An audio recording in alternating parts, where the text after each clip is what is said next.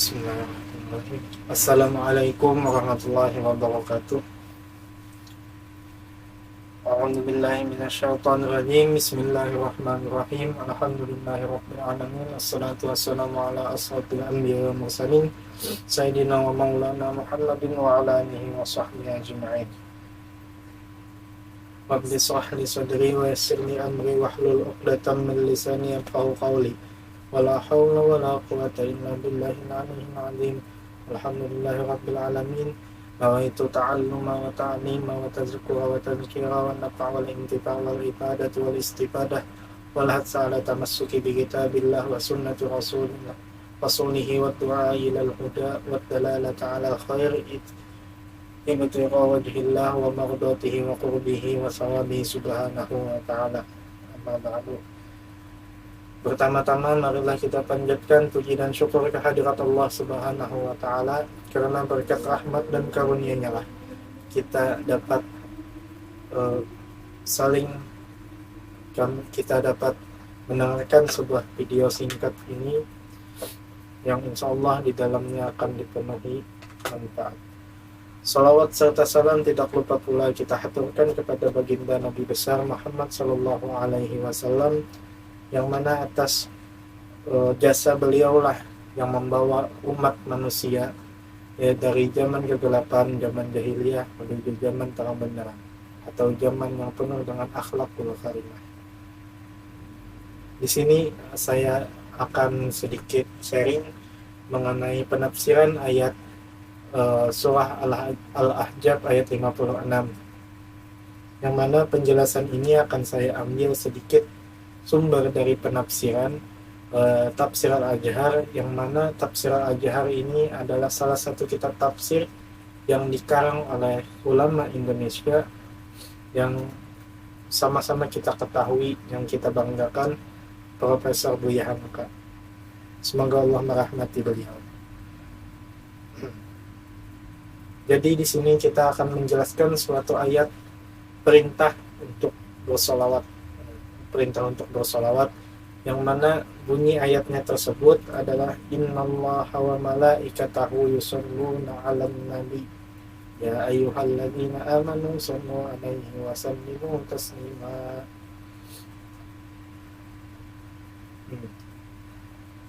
Ayat ini adalah salah satu perintah dari Al-Quran, bahwasanya kita harus senantiasa bersolawat kepada Nabi Muhammad SAW. Di sini dalam penafsiran tafsir Al-Ajhar, Buya Hamka telah menjelaskan makna dari innallaha wa malaikatahu yusholluna 'alan nabi. Makna dari Allah dan malaikatnya itu salawat dengan Nabi. Kata beliau di awal penjelasannya, beliau berkata bahwa ayat ini memperkuat rasa hormat kita yang wajib kita lakukan kepada Nabi Muhammad SAW. Bukan saja dikala beliau hidup, namun juga ketika beliau wafat. Bahkan dalam penjelasan beliau juga dijelaskan, bahkan istri beliau yang masih ada, istri beliau itu jangan dikawini setelah beliau wafat.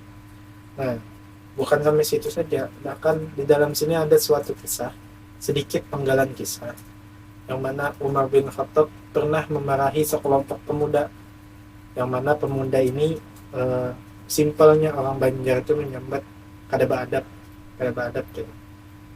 Jadi ketika pemuda ini datang dari luar kota menuju Madinah untuk ke kuburan Nabi dengan maksud untuk ziarah, lalu mereka itu ribut setelah ziarah itu ribut, yang mana ributnya itu di sekitaran makam Nabi Muhammad SAW.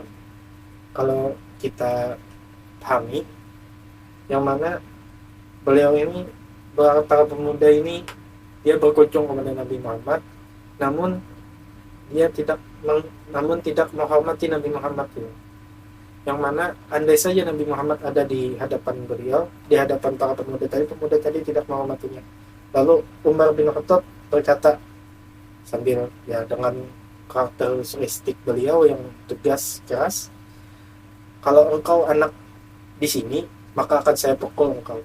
Mengapa mengapa engkau meninggikan suara-suaramu di kuburan beliau, di kuburan Nabi Muhammad SAW? Berlakulah hormat. Nah, di sini eh, jelas ketegasan daripada Umar bin Khattab untuk kita selalu beradab, selalu menghormati Nabi Muhammad SAW bahkan ketika beliau sudah wafat. Di zaman sekarang ini, salah satu cara untuk menghormati Nabi Muhammad SAW dengan memperbanyak sholawat kepada Nabi Muhammad SAW dan menghormati para habaib. Yang mana para habaib ini adalah eh, sanad nasabnya tersambung dari bin siapa sehingga sampai Nabi Muhammad SAW. Nah, masuk ke maknanya, Allah dan malaikat bersalawat Nabi Muhammad itu apa? Ibnu Abbas, Imam Bukhari pernah berkata, nah di sini dalam kitab Buya Hamka ini dijelaskan beliau bahwa Imam Bukhari itu pernah berkata, menurut Abul Aliyah di sini, yang dimaksud dengan salawat Allah Ta'ala kepada Nabi Muhammad itu adalah pujian Allah kepada Nabi Muhammad SAW. Dan salawatnya para malaikat adalah doa untuk Nabi Muhammad SAW. Di sini dapat kita berikan kesimpulan gitu.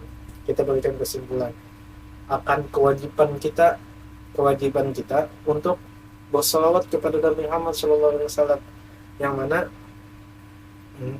ketika kita bersalawat kepada Nabi Muhammad SAW artinya kita memuji beliau, artinya kita mendoakan Nabi Muhammad SAW.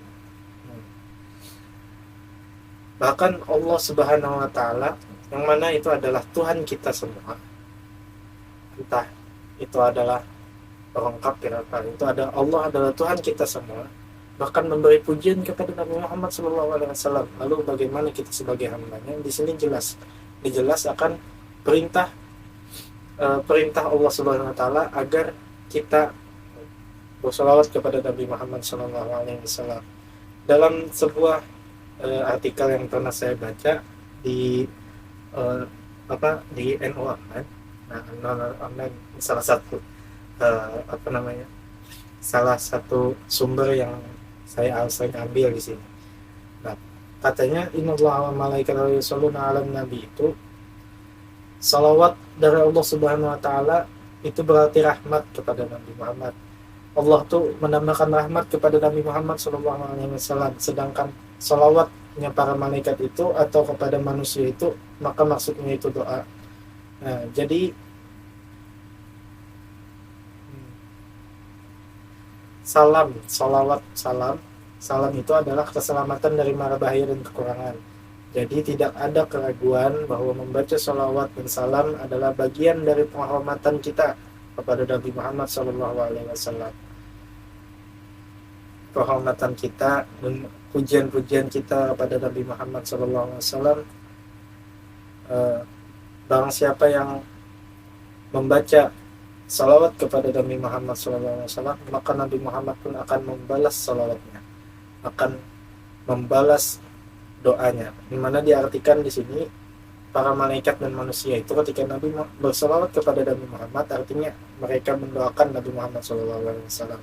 Jadi ketika kita mendoakan Nabi Muhammad SAW, maka Rasulullah pun akan mendoakan kepada kita, yang dari sebagaimana ada ketetapan ayat pada surah An-Nisa ayat 86, fayubi ahsana minha aw rudduha, yang mana artinya maka lakukanlah penghormatan dengan penghormatan yang lebih baik atau kembalikanlah penghormatan itu. Nah, jadi doa Nabi Muhammad itu kepada kita itulah yang namanya disebutkan syafaat. Nah, semua ulama telah sepakat bahwa doa Nabi itu tidak akan pernah ditolak Allah SWT. Maka tentunya barang siapa yang bersalawat kepada Nabi Muhammad SAW, memperbanyak salawat kepada Nabi Muhammad SAW, maka insya Allah kita semua akan mendapatkan syafaat Nabi Muhammad SAW. Amin. Nah, kembali ke tafsir Al-Ajhar. Di dalam tafsir Al-Ajhar ini telah banyak juga dijelaskan hadis-hadis akan perintah Allah kepada kita untuk bersalawat kepada Nabi Muhammad SAW. Bahkan sholawat ini saking pentingnya dalam kehidupan kita, Imam Syafi'i berkata, barang siapa yang tidak bersolawat dalam solawatnya, yang mana artinya itu bahkan termasuk rukun sholat, saking mulianya solawat ini, maka solawatnya itu kada sah. Nah, itu salah satu pentingnya solawat dalam kehidupan kita. Maka sebenarnya bahkan solawat ini adalah hal yang wajib kita lakukan, karena artinya kalau dia kada pernah bersolawat, kalau artinya dia tidak pernah bersolawat kepada Nabi Muhammad dalam sehari, artinya sembahyang. Nah, ada sembahyang kada kada sholat, tidak sholat. Nah, artinya tuh. Oleh sebab itu banyak hadis-hadis yang disalin oleh Buya Hamka ke dalam kitab tafsirnya tentang salam kepada, bahwa sholat ketika tasyahud itu adalah suatu rukun, suatu rukun, termasuk rukun zikri. Menurut Imam Syafi'i, mengucap sholawat dan salam kepada Nabi jadi rukun sembahyang pada tasyahud akhir, rakaat akhir dalam sembahyang. Sehingga sholawat salam ketinggalan, maka tidaklah sholatnya itu sah, seperti yang saya jelaskan sebelumnya tadi. Nah, di samping itu juga banyak di dalam tafsir Al-Jahar ini hadis-hadis yang menganjurkan agar kita selalu membaca sholawat bahkan di luar sembahyang. Salah satunya adalah an Abdullah ibni Mas'udin anna Rasulullah sallallahu alaihi wasallam qala awalan nasi bi yaumal qiyamati aktsaruhum alayya salatan. Nah, dari Abdullah bin Mas'ud bahwa Rasulullah sallallahu alaihi wasallam pernah bersabda, orang yang paling pertama dengan aku di hari kiamat adalah ia yang lebih mengucapkan salawat untukku.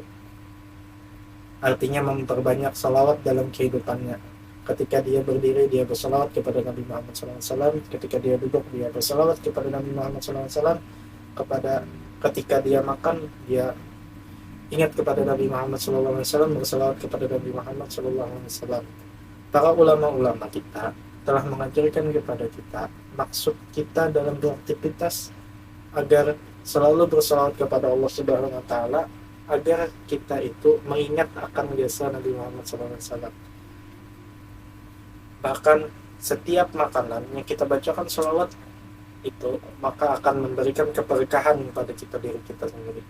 Dalam tubuh kita akan memberikan keberkahan dalam kehidupan kita. Kalau ulama Banjar, Guru Jodi menjelaskan agar menghilangkan diri kita, bersolawat itu tadi menghilangkan diri kita, bahwa kebaikan yang kita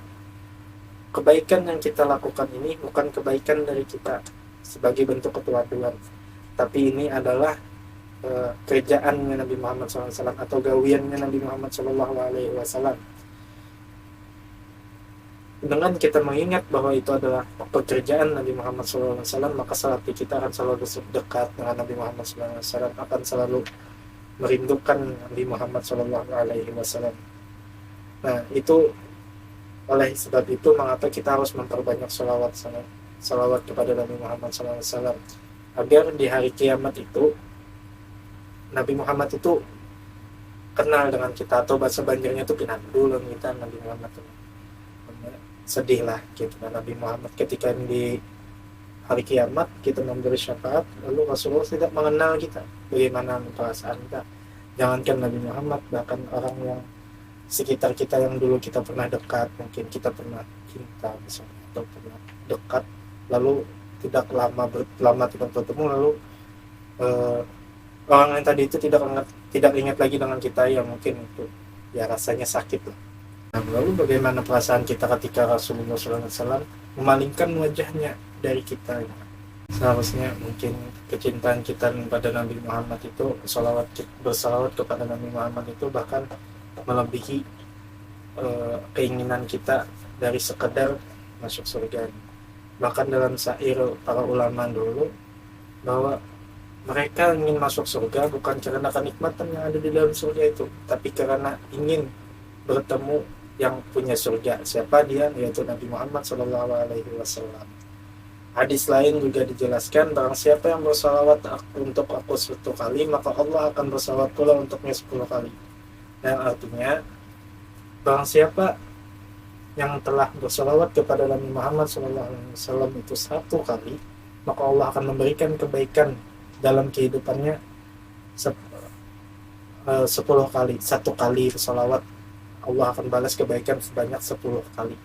Kebaikan 10 kali itu pun bermacam-macam, terserah Allah yang mana memberikan kebaikan itu, yang mana itu halnya baik untuk kita. Nah, itu salah satu keutamaannya sholawat. Kalau berbicara tentang keutamaan sholawat tadi, maka itu tidak ada habis-habisnya, karena hakikatnya kenikmatan yang ada di dunia ini adalah berkat cintanya Rasulullah SAW kepada umatnya. Bahkan berjuta-juta salawat pun kita kepada Nabi Muhammad itu tidak akan pernah membalas satu kebaikan pun daripada Nabi Muhammad kepada umatnya. Nah, oleh sebab itu, walaupun seperti itu, maka tetaplah bersalawat. Janganlah kita menyakiti hati Nabi Muhammad SAW. Ini nasihat bukan untuk pada kawan-kawan saja, terkhusus kepada ulun yang berkalam di sini. Nah, mungkin adanya paling satu di dalam tafsir Al-Jar juga dijelaskan kalau pada hari Jumat, baik malam ataupun siang, dianjurkan juga memperbanyak sholawat kepada Nabi Muhammad SAW. Kedua imam atau Imam Syafi'i, Imam Ahmad bin Hanbal memasukkan sholawat kepada Nabi baik khutbah pertama dan khutbah menjadi rukun khutbah.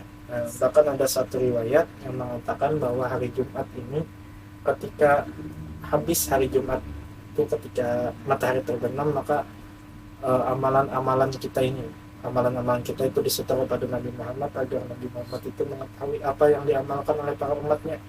Nah, oleh sebab itu kenapa lebih baik sangat dianjurkan untuk memperbanyak sholawat pada hari Jumat, karena agar buku catatan itu bahasanya tuh kalau kita menghimpungi Nabi Muhammad gitu. Kalau ternyata pada hari Jumat itu amalan kita itu memujinya gitu, siapa Nabi Muhammad SAW akan sangat senang mengetahui cintanya para umatnya kepada Nabi Muhammad SAW. Dan ada juga dijelaskan bahwasanya termasuk orang yang bakhil kalau ketika mendengar nama Nabi Muhammad kita tidak bersalawat kepada Nabi Muhammad SAW. Imam Nawawi menjelaskan dalam kitab beliau yang terkenal Al-Azkar bahwa kalau mengucap salawat kepada Nabi sekali dengan salam. Jadi janganlah kita di dalam kitabnya dijelaskan, janganlah kita ucapkan sallallahu alaihi, salawat Allah atasnya gitu. Jangan di sini. Tapi marilah diikuti dengan wasalamuhu dan jangan alaihi salam. Tetapi lengkapkanlah bacanya tadi sallallahu alaihi wasallam, supaya dan jasidin jangan bakhil sehingga disebut orang nama beliau tidak disambut dengan salawat dan salam, biarpun 100 kali namanya disebut, maka 100 kali itu pula lah salam tadi itu disebut. Nah, jadi orang bakhil itu kadang orang yang kada pun memberikan hartanya kepada orang yang kada mampu, tapi orang yang mendengar dari nama Nabi Muhammad SAW yang tidak ada bersalawat kepada Nabi Muhammad SAW. Mungkin hanya ini yang dapat saya sampaikan, salah hilapnya mohon dimaafkan. ولعل الله ينفع به المتقدم والسامع فيدخلنا في شفاعة هذا النبي الشافع ويتروح بروح ذلك النعيم. السلام عليكم ورحمة الله وبركاته.